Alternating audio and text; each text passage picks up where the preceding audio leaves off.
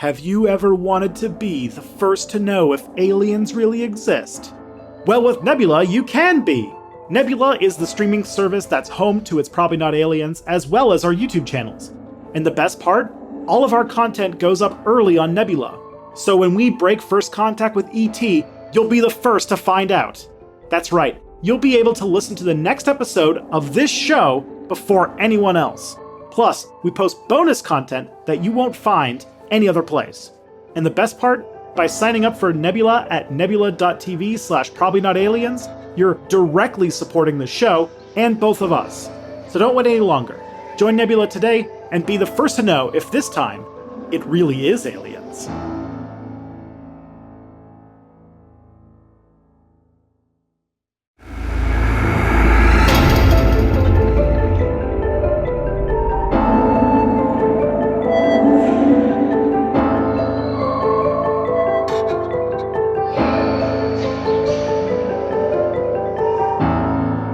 All right, Tristan, you're going to talk to me about a TV show. I'm going to talk to you about the best TV show currently on television right now. I would say, arguably, we talk about the best TV show currently on air every single week, which is Ancient Aliens. No.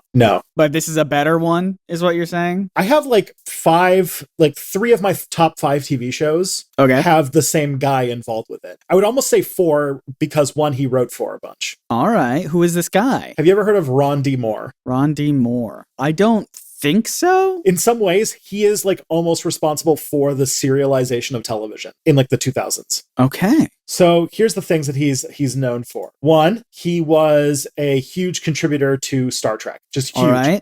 Off to a good start. Next Generation and Deep Space Nine specifically. The best ones. The best ones. The ones he was most involved with, though, was Deep Space Nine, where he was the supervising producer and a co-executive producer and was on the production staff. And so was had a really big role in the structure of the show and gave it its serialized, character-driven nature that basically made the show one of the Deep Space Nine is the best TV show that has ever been made by human beings. It is the peak of television that we have never gotten close to. And I promise one day I will watch it. Yeah. The next thing he then went on to do was the Battlestar Galactica reboot of the early 2000s, which Hitting was on a bit of a theme here with this guy. A lot of sci-fi, a lot of space travel. Yeah. Ron D. Moore then made Outlander. I know Outlander, right? Is that the one I know? Maybe. I don't know Highlander. Was that incredibly horny show that you got me to watch one time? I believe so. I don't know why I'm second guessing myself. I've seen all of it. I'm pretty sure it's Outlander. I just get confused because there's so many landers out there.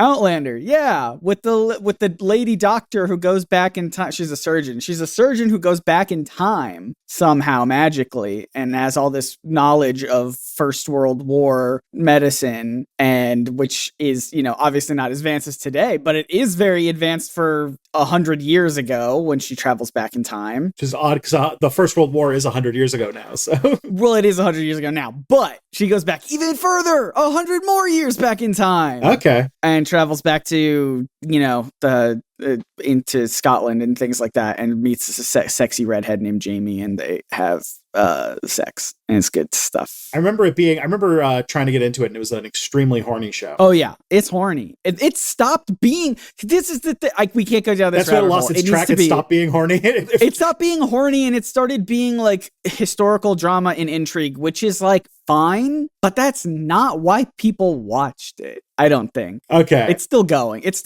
I'm still watching it. I don't know. Okay. Well, Ron D. Moore's latest show is it is a mix of a bunch of things that are things that I have been consistently disappointed with, a genre that I have been consistently disappointed with in speculative fiction, and honestly, a kind of a show that we need as a species right now. So his latest show, which just wrapped up its 4th season, is called For All Mankind. I know of this one. I have not seen this one, but you're saying it is the best show airing right now. Yes, which it's the best show airing on right now that no one's talking about, so obviously it's on Apple TV. It's on Apple TV, which means you get to watch it in those fancy new Apple Vision Pro goggles. $3,500. Oh my God, yeah. Watch a TV show. Watch a TV show while driving your car or riding an electric skateboard down middle of God, there was this hold on. Everyone's just doing that for content and clout. No one is actually doing that. Okay, but there was this. No, Tristan, no one is actually doing it. They're doing it so we talk about them, which is what we're doing. Are you trying to will that into existence? No, I'm not trying to will it into existence. I'm saying no one is actually doing the things that you've seen them do with it. People are at home watching Avatar Way of the Water. That's all they're doing in it, realistically. Okay. Just because, like, with people who really like Apple, they sometimes like to, like, make a really big deal of showing off that they have enough money for Apple products. And sometimes when Apple products look stupid, it means that they make a really big deal of showing off this stupid thing they have. And they show it, for clout. That's what I'm saying. No one's actually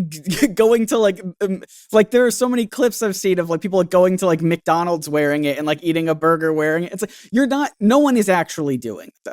They're just doing it to make videos about them doing it, but no one's actually doing it. What that does remind me of is that this was maybe like 15 years ago. Do you remember Google Glass? Oh, yeah. So there was a guy who took his Google Glass into a McDonald's where, like, the people were kind of uncomfortable because it looked like they were being filmed, because they probably were. Mm-hmm. And so they asked him to leave. And he basically pivoted this as, like, this is the first anti-cyborg discrimination, like, hate crime that has ever happened. And it was like, one of the funnier. The people who were into Google Glass were a unique breed of human. But okay, For All Mankind. For All Mankind. So for Watch it on Apple Vision Pro. Yep. Yeah. So For All Mankind is a entry into a genre that I have been consistently disappointed with forever, which is alternate history. Yeah. Alternate history is a really cool concept for a genre of speculative fiction where, you know, history is different, and then you kind of deal, like, something different happened in the past and you see what that world looks like. The biggest show probably being The Man in the High Castle. The problem with it is that the genre is, I think, annoying because it's filled with people who have cool concepts for settings, but then forget that stories have to happen in settings. Okay. Like, they wanted to make a Wikipedia article or like a D&D setting book, but they had to then make a novel. And so, like, one of the most heinous ones is Harry Turtledove, who has this series where aliens invade during World War II, and it has something like 40 POV characters. And so the first, like, 150 pages happen and literally nothing's happened yet because he's too busy introducing, like, 24 characters into this thing. Yeah. Because he needs to have the setting that he wants to actually talk about be seen from all these different angles. I feel like Bright is an example of this in a fantasy instead of sci-fi thing. You remember Bright when that was a big thing? That was that, like, Will Smith cop movie with, like, orcs and stuff. Yeah, it was like, what if the real world and fantasy world merged over? Lindsay Ellis made a video about it, like, ages ago, and was like, it doesn't work for, like, historical fiction or, like, alternate history fiction because there are so many different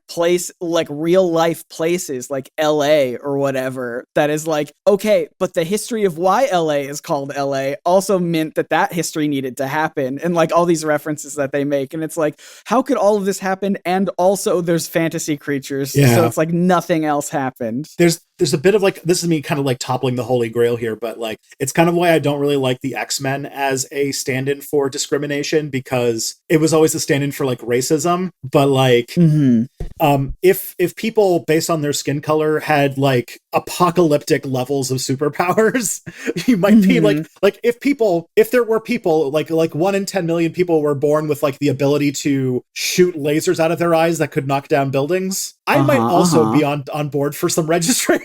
But, and we can't get into this because we haven't even started the real podcast yet, but Cyclops doesn't want to shoot lasers out of his eyeballs. That's a disability. Sure. He's not actually trying to do anything harmful. That is, I 100% understand. But if you can do that, it might behoove people to be aware of that.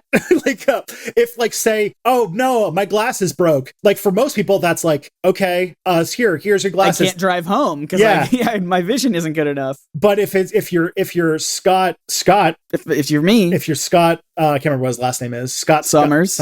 That means that, like, if you open your eyes, you will destroy an entire city block. And I think I don't know. There's a lot to that. Anyways, this is tangents within tangents. I know we are so far off track. Yeah. But For All Mankind is a show where in 1969, Apollo 11 gets scooped by the Soviet Union. That is like the inciting historical difference. So the Soviet Union beats America to the moon, and Richard Nixon, not to be one-upped by the commies, decides to make he declares that America is going to have the first moon base. And the show takes place over multiple decades with differing degrees of how good they are at making up people to people who are in their 40s who are now playing people in their 70s. But basically the space race continues after 1969 and gets even more intense. And by the most recent season, it's like 2003 and they're on Mars. And there's alternate history stuff going on throughout the entire show. Different events happen, things play out differently. Some of the similar events happen.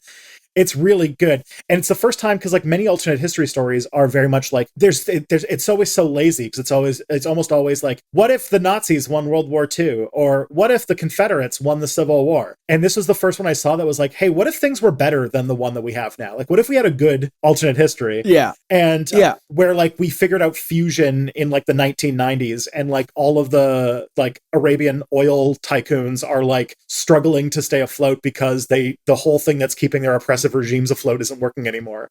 And all that kind of stuff. It's communism is still a viable political movement in the 2000s. Positive, good things. Yeah. It does fall a little bit for Soviets, Russia bad, which I think Russia bad, Soviets are bad. They're unequivocally bad because they're bad because communists are bad. It is a TV show made by a $1 trillion company. Yeah. So, but besides that though, it's one of the best shows for having a sort of hopeful vision of humanity. And the sort of general theme that runs through every season is that when we fall down to our small bickering nationalisms or our personal greed, we fall short. And when we do great things that are designed for the benefit of all humankind, it's when we rise to those occasions. Oh my God. Yeah. When we rise to the occasion and do things for the betterment of everybody, we can do great things. And that's the sort of theme that runs through the show. And it's amazing. And if you haven't watched it yet, you just do it. Do it now. You signed up for Apple TV so you could watch Ted Lasso. Ted Lasso's done. It's done now. You still have a few months until Severance season 2 happens. Severance comes out. That's what we're hanging on for Severance. I think Severance got pushed back quite a bit because of the strike. But, another great that one is definitely more anti-capitalist, which I do enjoy. Yeah. But one of the things, this is hopefully I don't want to spoil too much of the show, but this is something that kind of happens in the first handful of episodes and the sort of political fallout of losing the space race. But one of the things that happens that is one of the greatest unacknowledged, or one of the things that should have happened in history but never did, happens surrounding a person that is going to be the main focus of this episode today. So there is a point to this whole conversation. There's a point. We're 15, 16 minutes in, and there is a point to us talking about this. So this is a podcast called It's Probably Not Aliens. Woo! Where we did it. Yeah, where we talk about ancient astronaut theory, ancient aliens, pseudo-history, pseudo-archaeology, pseudoscience, conspiracy theories, all with sort of a sci-fi bent. Yes. My name is Scott Nicewonder. I know nothing. I haven't even watched For All Mankind. I'm waiting for All Womankind to come out because I am an ally. Wow. Unlike Tristan, who clearly isn't. The only thing that I know is that I'm going to push back against the mutant thing again, because think about how many people have illnesses that get discriminated against in jobs and in careers and things like that because they have to tell people that they have certain illnesses, and Cyclops has a disability that would prevent him from getting jobs. There's just discrimination all over, Tristan. I understand them wanting to hide it, is all I'm saying. My name is Tristan Johnson, and I acknowledge that if you can kill somebody by making skin-on-skin contact with them, that goes outside the normal bounds of disability. Just wear gloves then. Either way, this is a pod. So we are sort of 3 episodes deep into Ancient Aliens and Aliens and the Third Reich. This absolutely bonkers episode of Ancient Aliens that has so much shit in it. The main thing that we're going to be doing today, though, and I think this is going to have to become more the norm as we go through this episode, is that So like this episode has a much more clear thing it's trying to say, and then it spins off in a bunch of directions based on like I'll start with this. Like basically, we've already established in the last couple episodes that Ancient Aliens is saying that the Nazis had alien technology, or that they just had super technology. And because that's established, we then go into various different aspects of Nazi science and such and be like, and that's how you know that like aliens were involved with this. So like last week we did their Atomwaffen program. The week before we did Victor Schauberger's anti-gravity thing. One of the other claims that they make is that the breakthrough V1 and V2 rocket program were far ahead of their time, and that they were reverse engineering crashed alien spacecraft when they developed the first cruise missile and the first ballistic missile. Yeah. Shocking. So, and that when Operation Paperclip happened, that was the Americans taking all of the ancient alien technology that the Germans had and bringing it to Area 51 so that they could do their own sort of research on it. Just a quick one there. Yeah. So today we're talking though specifically about the V1 and V2 rockets. That's the general gist of what happened. And I feel like the next few episodes is going to be, or a lot of these episodes are going to be like, because we know that the Nazis were reverse engineering alien tech, or they just had sci-fi super tech, therefore this. And we'll kind of like... The word no is in heavy quotes. Yeah, exactly.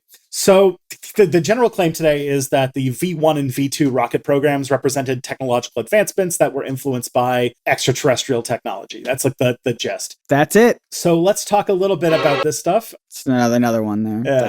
The V1 and V2 rockets developed by Nazi Germany during World War II were part of a long-range artillery program known as the Vergeltungswaffen, or retaliatory weapons. We'll get more into the V1 and V2 rocketry programs, but they were huge technological advances that increased the maximum range of what you could do. If you think about this, before this, the most that you could do was fire artillery shells, which is just firing a shell out of a cannon and having it explode. The V1 was the first cruise missile, which is a propelled rocket that had a missile on board. And the V2 rocket increased the range and also developed a guidance system. So it was the first missile that you could actually adjust its trajectory while flying. Oh, that's kind of cool. Yeah, and one of the key figures for developing the V2 rocket was a physicist/scientist named Werner von Braun. I've heard this name before. Yeah, he's our main character today. He's the main character of Twitter today. Yeah, he's Bean Dad, but for rockets. Gosh, that's old. What sucks is that like one of my favorite songs was made by Bean Dad, and I feel bad every time I listen to it. Stop listening to it. But it's so good. Nope, it's done. It's ruined by beans. Okay. But this is like not a really good one to go on. Like the general bit that you can say about this, and this is like this is what makes the debunking part of this video or this episode not really great, is that the point is that there's no evidence to show this, and it like it's very obvious that this shit was just made up. Like it's a lie.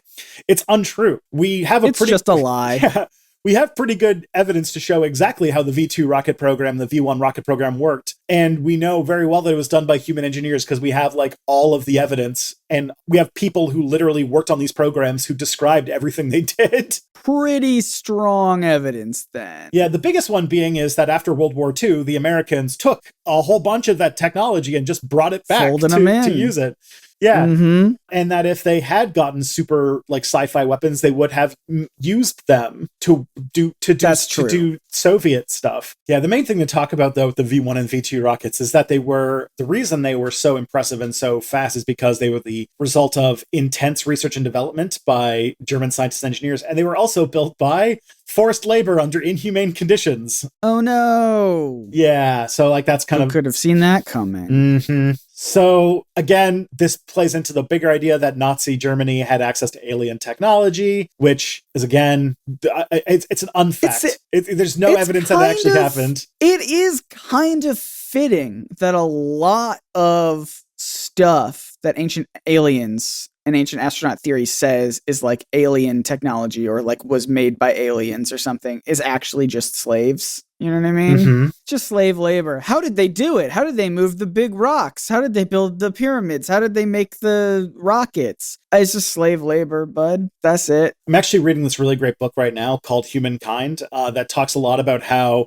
things like the Moai statues and like a lot of these like Göbekli Tepe and stuff like that were probably made because before farming, people had so much free time that moving big rocks was just sort of like a thing that you could do to structure your day. Like a kind of just a thing to keep you busy because you had so much free time to just chill. Because humans are designed to forage for a little bit and then chill for most of the day. Yeah. Just, hey, there's a rock over here. You want to move it over there? Yeah, I got nothing going on. Yeah, well, I mean, like if you have like humans have like a sort of biological need to create things, and so if we're just like hanging around doing nothing, then we start like, hey, what if I made this rock look like a face? Well, let's stand it up. All right, and then like you can see how that accelerates. Oh yeah, we don't have that anymore. Everyone's locked into their Apple Vision Pros. Yeah, on their skateboard. On their skateboard at McDonald's. Okay, I will say if they're just doing it for clout or whatever, I always just am reminded that I'm like Casey Neistat just. You don't have to say any more than that. I'm with you immediately. He's an extremely exhausting human being. Yeah. He is the perfect sign that being rich, like there's this whole, like, you know, there's this sort of liberal fantasy that rich people are rich because they're the most innovative and intelligent and most like perfect people. Yeah, they got through the meritocracy. Yeah. Yeah. Casey Neistat is a repudiation of I knew that from the moment he made an entire video talking about how much he loved the Juicero. Oh my God. I just want to know how much money he lost on NFTs. Because it's a lot. I don't know how much it is, but I know it's a lot. I mean, you still had enough to buy a $3,500 headset, so must be doing okay. Yeah, okay. So the thing about this whole idea of Nazis having UFOs got popularized through a bunch of books and documentaries like Third Reich, Hitler's UFOs and the Nazis' most powerful weapon, or Saucers of Fear, Nazi UFOs, Alien Abduction, Project Bluebeam, which we definitely need to make a video about or an episode about at some point, or high-tech horrors from the X-Files of Saucerian Press. What a book title. What a book title. The Nazi UFOs, where are they now? Good question. Good question. No way. You're on the right track. Yeah. Keep following that thought. Exactly. In Search of Aliens, World War II, time travel warfare. Oh, they couldn't time travel to realize that fascism is a loser ideology, but okay. Unidentified fascist objects, which admittedly, great title for an article. Holy shit, what a good title. But that is actually, Unidentified Fascist Objects is the article that a lot of this research came from because it is debunking all of this stuff. But it is a sort of study of the actual like connection between Holocaust deniers and the Nazi UFO conspiracy. So, because it talks about people like Ernst Zundel, who was a prolific Holocaust denier who also got into UFO culture and was one of the propagators of the ideas of Nazi UFOs. I mean, it's something you've said a lot before on this podcast is like, it's really easy to go from one conspiracy and start believing in others. And I feel like this is a really good example of this sort of Venn diagram sort of crossing over. Yeah, it's weird how it keeps happening. Anyways, the other sort of side, the ancient alien side, is that sometimes they also have a different sort of spin on it, that they didn't get it from a UFO, but they got it by like sending archaeologists to like sites in India and stuff. Like they got the Vimana tech, they got the nuclear tech from, like, they kind of did that kind of thing. The Nazi UFOs narrative is also built on the fact that the Nazis did have an interest in the occult, and that they had these Wunderwaffen, or miracle weapons, which was kind of like part moonshot program to try and turn around their fates as they were losing World War II, but also part propaganda effort, because, kind of get into this later, but fascists sort of have it's a thing I'm getting into in my next YouTube video, but fascists have always had sort of a weird fetishization of technology, which explains why so many of them now have pictures of apes on their Twitter profile pictures. Oh, I see. So like the Nazis did have a bunch of stuff that had to do with like fetishizing this technology and thinking that they could, win the war that was based around, just pumping out enough stuff. Like World War II was very much like, how can you get your economy to pump out more tanks, bullets, guns, trucks, people who are trained? How do you get on that grind set? Yeah, World War II was about getting on that grind set, getting on the killing other people grind set. Yeah. World War II was very much like, because the technologies were, as soon as you invented something, your enemy would blow up one of them and then reverse engineer it, and they would have counters pretty fast. So World War II very much became, how can you mobilize your entire economy to out economy the other side's economy? That's right. Hustle. Yeah, and it turns out to win that, you just have to have a full command economy under a Soviet Stalinist economic order seems to be the most efficient, because you gotta attend a long weekend Gary V conference and you'll be inspired. Joseph Stalin, big fan of Gary V, put his entire economy on the hustle grind set. Was like, hustle grind set. I wake up. I have 3 weeks in the span of 1 week. Think about that. All right. His 5-year plans and his insane quotas. It was all just trying to get the Soviet Union on that hustle grind set. Mm-hmm. Hey, this is Joey S here.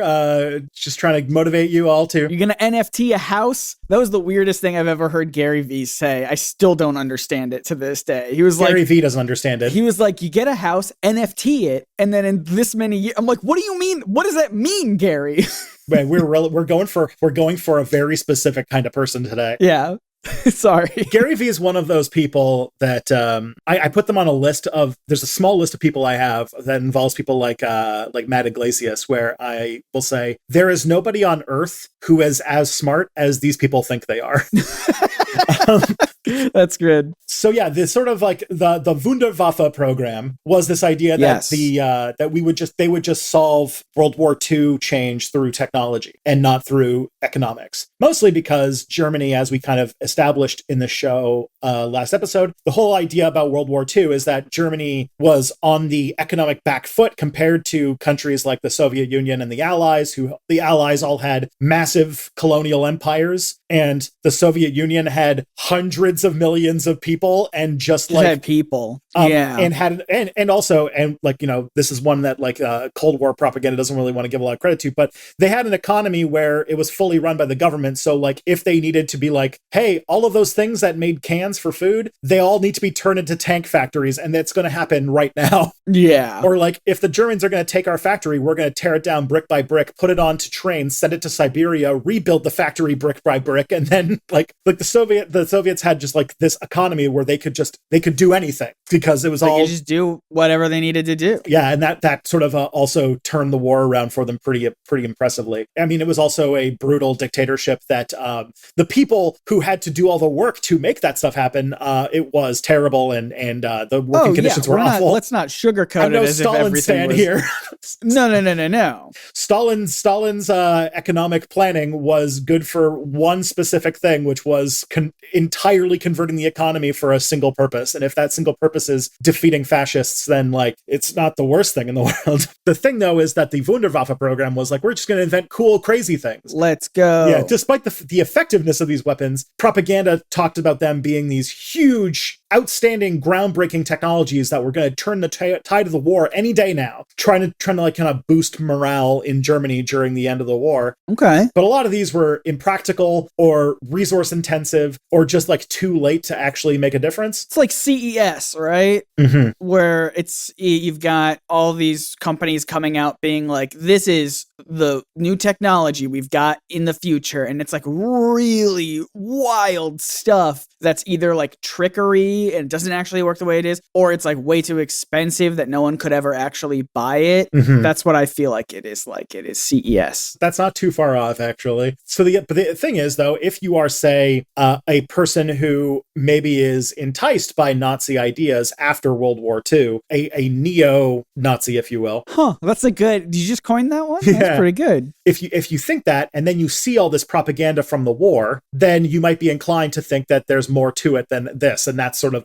in my mind, I think that is the origin of a lot of these, Nazis had super weapons type thinking. I just want to give you I wrote down a few examples of Please. these kinds of Wunderwaffen programs. So first was the Schwere Gustav, the Heavy Gustav, an 800 millimeter gun that you would put on a train. So this is the largest artillery piece that had ever been used in warfare. Just a massive gun that required an entire logistics effort to just assemble it and move it. But it was a artillery gun so big that you had to mount it on a train. Bigger gun. That's how you win war. Bigger gun. Yeah. The other one would be the V3 cannon, otherwise known as the Wachtronpumpe, which was this multi-stage super long-range cannon. This is the one we talked about that used coordinated explosions to fire shells across the English Channel to land them into London. They were going to build these in the Pas-de-Calais region, but they never actually got one up and running. Mm-hmm. They had the Kumlauf, which was this barrel attachment for the Sturmgewehr 44 assault rifle that would allow it to shoot around corners. Whoa. Yeah, they built one of these, but it had an extremely short barrel life and was just completely impractical for using it in a lot of things. Which means that, yeah, firing it a few times, it would wear itself out. They then invented the Panhandrum, which was this rocket-propelled explosive wheel that would go over like sort of, there's like one of the other sort of defensive technologies were like people building like concrete walls. So this would be like a rocket-propelled wheel that would like roll over the walls and explode. This is like Junkrat's tire? Yeah. From Overwatch? Basically, yeah. That's exactly, yeah. That's funny. Somebody needs to investigate Junkrat. Yeah, actually, I have some follow-up questions for Junkrat. The problem is that it was, like Junkrat, unreliable and uncontrollable. And that's why friends don't let friends play Junkrat. Anyways, that's right. There was also the Dreiflügeljäger, which was an attempt to make a vertical takeoff and landing interceptor with rotating wings, which, as we already know about vertical taking off and landing interceptors with rotating wings. Yeah, they're still working on that one. No, we can't Osprey post anymore. We have done too much damage. Anymore. All we can say is it's just hard to do. It's hard to do. I feel like that's fair. The Osprey does exist. Its safety record is something. Its safety record is. There was also the Ruhrstahl X4, which was a wire-guided air-to-air missile. So it was an air-to-air missile, like a missile that would fire from a plane to hit other planes. Oh. But it was, this one might have actually worked, but it began production in 1945, and the Germans didn't last long enough for it to come into full production. Yeah. A little late on that one. There was the Panzer VIII Maus, which was a super heavy tank. This is the one where they were trying to make tanks out of naval parts. Too heavy and impractical for actual combat. They made 2 prototypes that never actually saw combat. Mm-hmm. There was the Me-163 Comet, which was a rocket-powered interceptor. But so you want to know something that sounds absolutely insane? It's the Me-163 Comet. Yes. This was an attempt to build a rocket plane. A rocket plane. So they're like, let's take this V2 rocket technology and apply it to airplane. Let's go. You'll be surprised to know that the Comet was, quote, difficult to fly and also dangerous to its own pilots due to volatile fuel. What? Maybe strapping people onto a missile, not viable. Well, I guess that's basically what rockets are today, but... That's rockets. Yeah. Then there was the Me-262 Schwalbe, which was the world's first jet aircraft, but it had a lot of delays and its deployment came out too late and it was too unreliable to actually work in the field, so it didn't actually do very well. Fair enough. All of these, lots of German weapons productions, especially ones on the Wunderwaffe program, also relied heavily, again, I'm going to rely on forced slave labor, because a lot of this technological advancements happened on the exploitation of the suffering of countless individuals. Yep. The other part that also brings people into this is the idea that Nazis were into the occult, which some segments of the Nazi party actually did have an interest in, with like people like Heinrich Himmler, who had like sort of this weird interest in like Germanic myths. The thing though is that this has been one of the most overstated things and has been really played with in pop culture, with everything from Captain America to Hellboy to like... Yeah, I was thinking Hellboy. It's become such a big thing in pop culture that it's been like grotesquely overstated. And And the idea that like these sort of myths that some high-ranking Nazi officials had like a side interest in, that it had any role in like actual decision-making or like Nazi ideology is not very strong. Just a little too fabricated. Yeah. It's just a nice story that people say. I guess not really a nice story. It's one of those, it's one of those things that that we can use to otherize or to sort of to talk about the Nazis as if they had some sort of like evil or alien thought process, to distance the fact that their beliefs were extreme versions of ones that are still prevalent today. You know, that their main ideology was nationalism, racism, and the sort of drive to create colonial spaces, which were all things that Western countries also did. The Germans just did it harder. So we have to sort of say like, yeah, but also there was this guy that was really obsessed with these like ridiculous myths and you know, things like that. And we don't do that part. Yeah. And that like they weren't Christian. They were into like ancient Teutonic myths. And we'll just not talk about how quiet the Pope was and how much he might have known about the Holocaust and didn't say or do anything about it. I'm learning a lot about popes this week for a video that I'm doing. Interesting. We'll get into that. We'll get into that at the end when I promote my next video. Sweet. So that's the other thing. A lot of times also that we found that there's a lot of like, you know, images that come out from the Nazi regime are like photoshopped or fictional stories like that came out like way later. Like a lot of books that came out in the 90s when like the UFO Renaissance happened through like the X-Files. Of course. That and you know, if there's two things that people are fascinated by, it's UFOs and Nazis. So obviously someone was going to slap the two together to make a quick buck off of some books. Peanut butter and chocolate, put it together. They're better together. Mm-hmm. So that's basically like putting to rest the idea that the V1 and V2 rockets were supernatural technology. But I do want to talk about the actual V1 and V2 rocket program. I would love to learn about real history on this show. I feel like we don't do that enough. We only do it once a week, and it's time again. So I would love to learn about real history of these things, if you could. Well, first, product? Yeah, or service. Either one.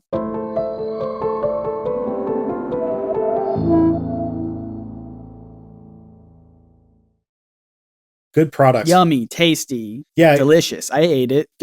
Sign up for micromodal underwear that you can eat. Keto underwear. Sign up for keto underwear. Sign up to have a subscription fresh keto of keto underwear delivered to your door or email. 4 keto underwear boxes come to your 4 meals. Come to your email. Come to your email every day. Come to your email every day. That's our new product or service. And also, it's a mattress. You can sleep on it. That's great. Okay, rockets.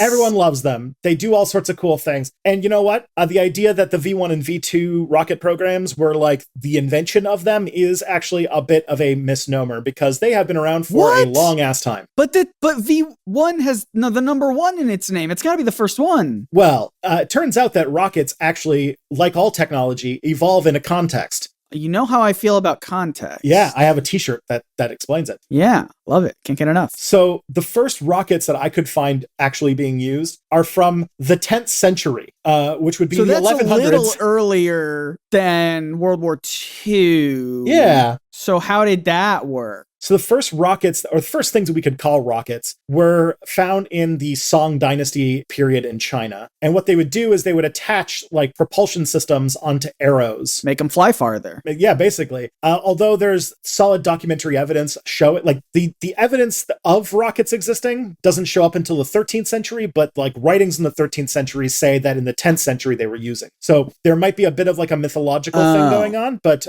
sometime in the 10th to 13th century they were using rockets as like a way to accelerate arrows in China. That's cool. Mm-hmm. Further, faster, harder, explodier. We need some French robots here to turn that into a song. Yeah. Further, faster. They broke harder, up, didn't better, they? Stronger. A while back, I feel. Yeah. But we can get them back together for this one. So Europe didn't seem to find the rocket until the 16th century when an Austrian by the name of Konrad Haas wrote a treatise on rocketry, including ideas for crude rockets. Yeah. All right. Rockets that are a little blue collar. They'll say what they're thinking. thinking. Yeah. But you imagine, like, man, I want, like, what would you even call this? Like Enlightenment punk of like a thing where like Austrians figured out how to make like rockets and go to space in like the like 1600s. That would fucking rule. Or Absolutely wild. The 1500s. Yeah. Another example in Europe would be in the 17th century. For the history nerd, one of our favorite weird countries that doesn't exist anymore, which was the Polish-Lithuanian Commonwealth. Oh, first time hearing of this. If you are a nerd, especially a Paradox interactive nerd, the Polish-Lithuanian Commonwealth is like a bit of a meme. But the Polish-Lithuanian general from there named, and I apologize for this extremely Polish name that I'm going to read, Kazimierz Semenowicz, who published a book called The Complete Art of Artillery, which also had a bunch of stuff in it that increased and advanced rocket tech. Oh, well, you can't spell artillery without art. Or ill, because it's sick, dude. It's ill. This artillery is sick. This is art and it's ill. Yeah, it is. It's the most 90s thing ever.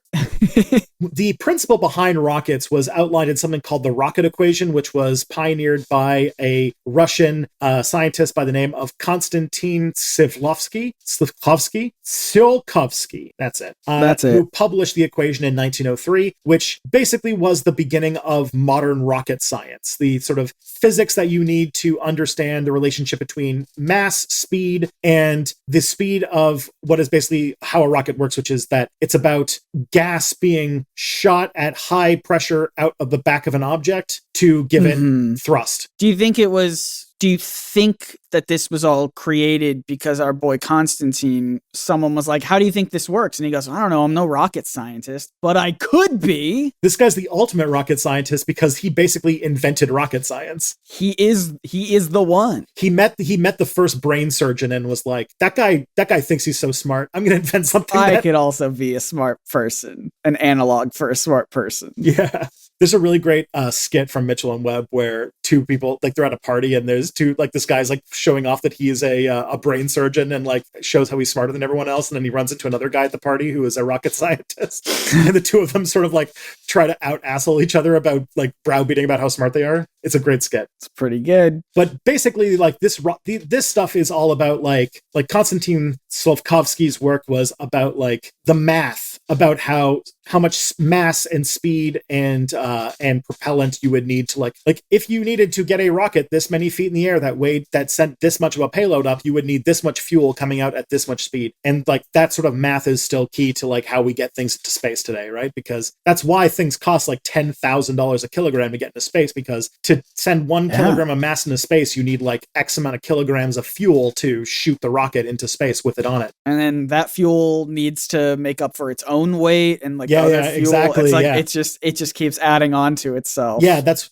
why like if you ever hear about like in science fiction when people talk about things like space elevators, or even like some thoughts about like making a giant Gauss cannon that would use magnets to fire things into space. Magnets. Yeah. The whole concept so you don't have to use fuel. Yeah, because this is the number one thing stopping us from going into space and going to space all the time, is that the gravity well is prohibitively hard to do things with. So yeah, that's the big part. Then the first big, or one of the biggest successful flights with a liquid propelled rocket came only in the 20th century with a guy named Robert Goddard, who is an American. Wait, from Jimmy Neutron? Maybe that's probably where the Jimmy Neutron got the name. Goddard. Bark, bark. That's what he says. Did this one also just bark? Was this one a dog as well? Could be.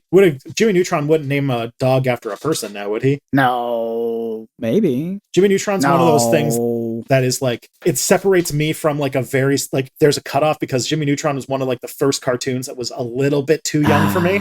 I was worried when I said it that you wouldn't know what I was talking about. I know of Jimmy Neutron. I just know that Jimmy Neutron was like, that's what like the sort of 10 and 12-year-olds were watching when I was like 13, 14, you know? Gotcha. Just like how, like, I think the same thing, like there's also the stuff that, you know, like the older kids were watching that were a little bit too old for you. Like for me, it was like the OG Transformers and Ninja Turtles. And mine was like, you know, Beast Wars and some weird YTV show where really poorly 3D animated planets that represented represented the different elements fought each other over a death planet that ate other planets. It was a good show. I don't remember anything about it. I mean, it was probably an awful show because it was made for like 8-year-old boys, but and trying to sell toys. But it was trying to sell. If I remember correctly, it was trying to sell basically Polly Pocket, but this one's for the boys. This one's for the boys. Yeah. This one's Wally Wallet. Yeah, and this is a planet that eats other planets. Yeah. And I remember because it was a planet that ate other planets, but the planet eater like literally had like a big like a claw, like from like a claw machine that would come out and grab the planet and take it inside to eat it. Oh my god. Yeah, it was ridiculous. It was definitely like a toy commercial first and an attempt at a show. All cartoons are toy commercials first. Especially in the 80s and 90s, I think. All right, back to Goddard. Okay, so yeah, Goddard made a liquid, a fuel out of liquid oxygen and gasoline, which is honestly pretty interesting because that's not too far off from what rocket fuel is today. Like the rocket fuel that goes into the rockets that go into space today is primarily liquid oxygen and kerosene. You ever notice that like when you see a rocket going off, there's just tons of like mist and steam on the fuel tanks? It's because they're full of liquid oxygen, which is extremely cold. Oh, I thought it was just to make it look cool. I mean, it does that too. But like, that's the reason why that stuff is like, those fuel tanks are freezing because to have oxygen be cold enough to be liquid is a very low temperature. Yeah. Oh, that's interesting. Yeah. So that is like the state of what rocketry was when we get into World War II. And during World War II, Germany then tried to use rockets to build flying bombs was basically their idea. They started with the V1, which was called the flying bomb, which was developed at Premenud Army Research Base in 1939 and was the first operational cruise missile. It used a pulse jet engine, which gave it this distinctive buzzing sound. So sometimes it got nicknames among the Allies with like the buzz bomb. Ooh, buzz bomb. Mm-hmm. Do you have buzz balls up in Canada? No, they're like spherical pop bottles or something like that, right? Or no, they're booze, right? They're full of alcohol. Okay, absolutely. Yeah, I think I've seen them. They will fuck you up. Sometimes when I go to, because my wife is an American immigrant, and sometimes when we go to her family for Christmas, I think I see them in the liquor store. Yeah. Also, just liquor stores are an interesting phenomenon because here they're all run by the government. So like they're all like pristine, clean, unionized, fancy places. And like liquor stores there are kind of sketchy sometimes. Sometimes. Depends on where you go. Indiana. Well, there you go.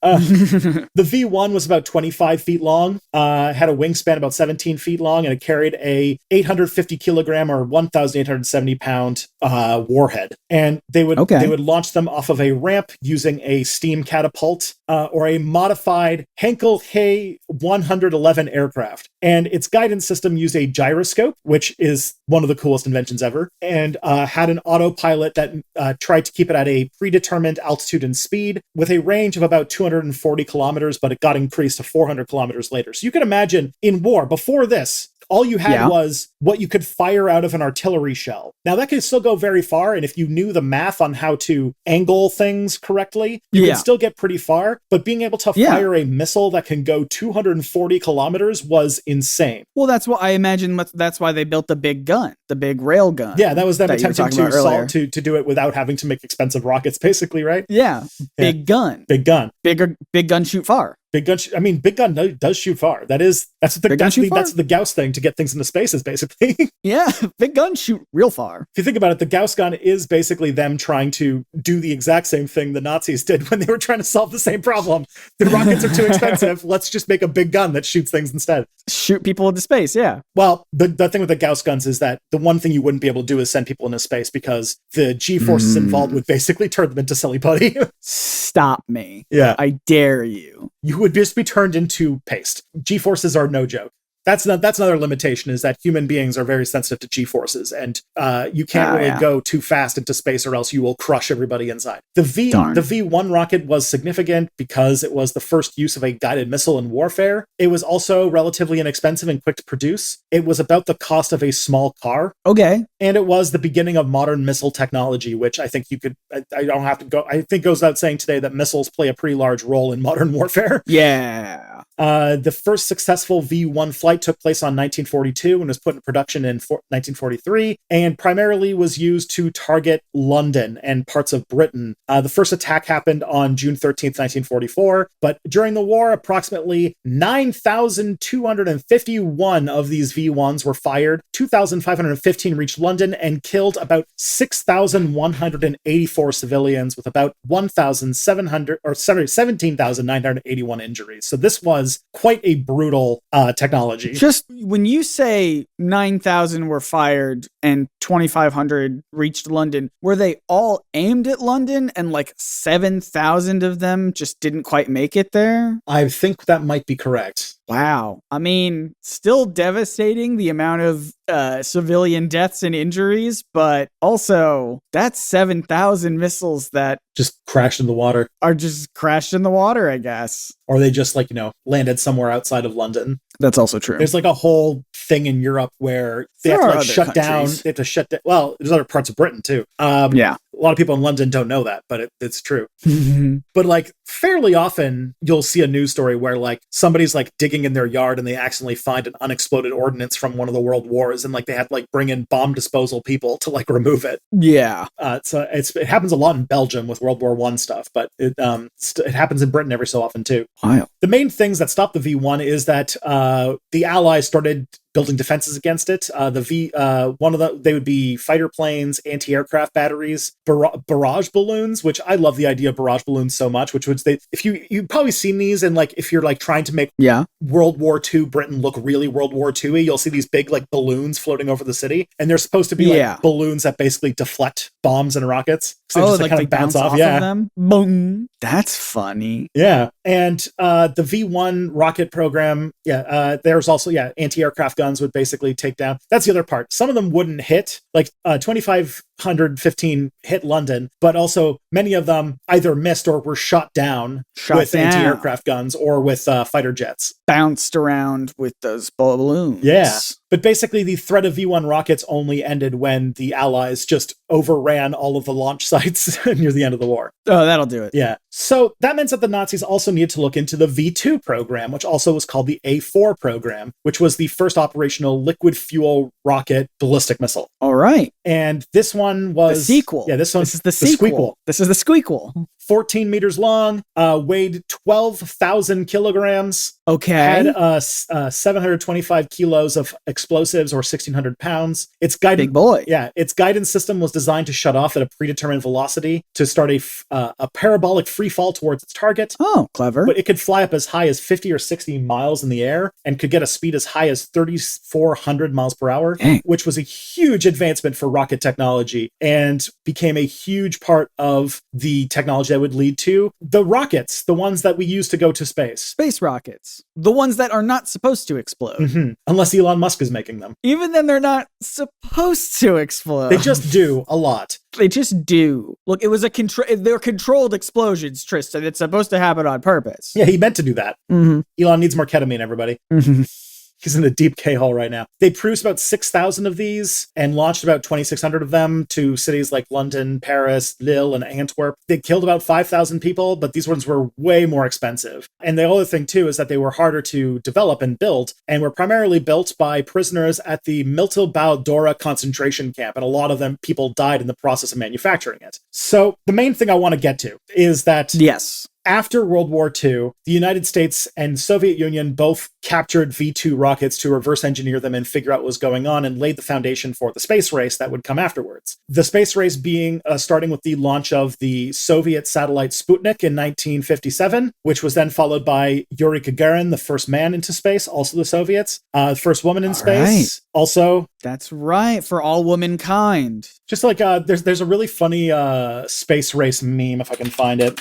Yeah, I found it here. First artificial satellite, Sputnik 1, Soviet Union. First animal in space, Laika, Soviet Union. First photographs of the far side of the moon, Luna 3, Soviet Union. First person in space, Yuri Gagarin, Soviet Union. First woman in space, Valentina Tereshkova, Soviet Union. First spacewalk, Alexei Leonov, Soviet Union. First spacecraft landing on the moon, Luna 9, Soviet Union. First person on the moon, Neil Armstrong, America. First spacecraft landing on another planet, Venus, Vanera 7, Soviet Union. First space station, Salyut 1, Soviet Union. First spacecraft landing on Mars, Mars 3, Soviet Union. Winner of the space race, America. We put a man on the moon, baby. What did Canada do? What did Canada do, Tristan? Nothing. You sat by and you watched. There's literally a children's museum in London that I take my son to every so often that has an entire section where we get way too involved in our space contributions because we made the Canada arm that is like a robotic arm that is attached to the space shuttle, and there's one attached to the ISS, and we are so ridiculously proud of it that it's on our money. Wow. Yeah. And also the next space launch, that one that's going to the moon, has a Canadian on its crew, and Canadians are losing their shit over the fact that there's going to be a Canadian on the moon. So there's gotta be a Canadian on the moon. Yeah. The first person to say, hey. Do you think, and I'm sorry if this is reductive, do you think that the reason Canadians are losing their mind about the first Canadian on the moon is because we're itching to find out what poutine tastes like with moon cheese? Ooh, good take. That's a better answer than the fact that Canada is kind of what we like to call a middle power, but is basically a kind of not important lapdog of the US. And so whatever little contributions we can actually make to that are of some value to the world, we will latch on to because we need this, okay? Canadian patriotism has so few things to hang on to that things like the Canada arm is all we have, and like half of the comedians, but that's a different thing. You've got at least one Avril Lavigne. Yeah, so the thing though is that the space race has revolutionized defense, commerce, even now tourism a little bit. So like now rockets are highly sophisticated. They can carry people and payloads into space. We're now looking into even reusable rockets when Elon doesn't blow them up. And space exploration has become a lot more sustainable and cost effective, hopefully to a day where we'll have a whole new space age. But I think that if we're going to, because I want to get into the very complex person behind rocketry who connects the Nazi V2 program and the Apollo program. But I think that we are running a little over time. So part 2, we haven't done a part 2 in a while. We're going to have to do a part 2, but part 2 seems to be, if this was about the rockets themselves, we need to learn about the man behind the rockets. Yes. Is that fair to say? Yep. So next week, for you, in like 5 minutes for us as we continue recording, we will talk about Wernher von Braun. Wernher von Braun. And that will be our connection to For All Mankind, I imagine. We're back. Full circle. Yeah. But first, if you like this show and you want to pump up the hype for the Von Braun episode, you can go on Twitter or Blue Sky to @ProbsNotAliens. We used to give away Blue Sky codes, but as of like yesterday now, the Blue Sky has been free, open for everyone. Come join us. Probs Not Aliens over there and on Twitter if you're using Twitter still. Either way. Tristan, where else can people find you on the internet? What do? You were mentioning a video that you've got coming up. Yeah, I have a YouTube channel called Step Back where I talk about basically why understanding the past is important for getting things as they are, like the world today. If you're listening to this on the day it came out, my latest video is an investigation into how, under the guise of showing support for the people being brutalized and horribly repressed in Palestine, neo-Nazis have been using this horrifying humanitarian crisis to advance anti-Semitic conspiracies and stuff like that. And I kind of talk about media savviness and all that kind of stuff. Yeah. Scott, yeah, if you wanted to talk about if I wanted to learn about how She-Hulk broke the fourth wall before Deadpool, where would I pipe comic misconceptions, pipe Nerdsync? Where would I go? You call them pipes? That's interesting. Where would I go for that? Yeah, you can. That's my YouTube channel, Nerdsync, NERDSYNC, also on Nebula, if you're a Nebula subscriber over there. I make videos about comics and superheroes and cartoons.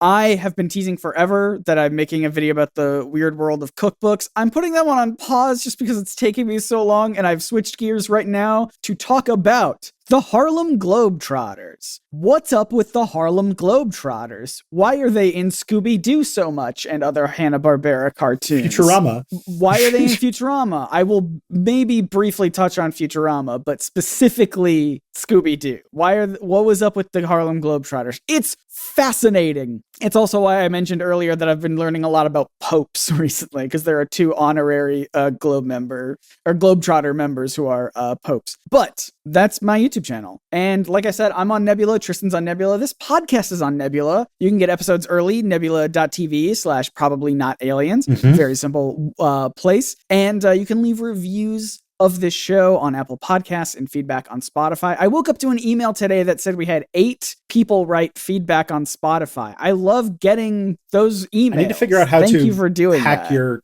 account so I can actually read all the comments on Spotify. Tristan needs to read them. That would be I need also validation. good. I'll show you the login. So thank you so much for doing that. And thank you for telling your friends about this show. It means a lot to us. And a very simple place to send people is probsnotaliens.com. That's the website where it's got links to everything, where every place you can listen to the show. So that is it. And we'll see you in part 2. Yep. For a bio episode. We love doing these about Werner von Braun. But until then, my name is Scott Nicewander. I'm Tristan Johnson, and the truth is out there.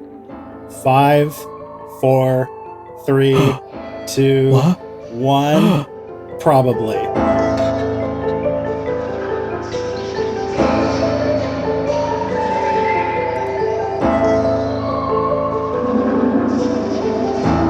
I'll play it right here in the outro. Rocket countdown. 5, 4, 3, 2, 1. Whoa. Now we're directed by Chris Nolan. Yeah.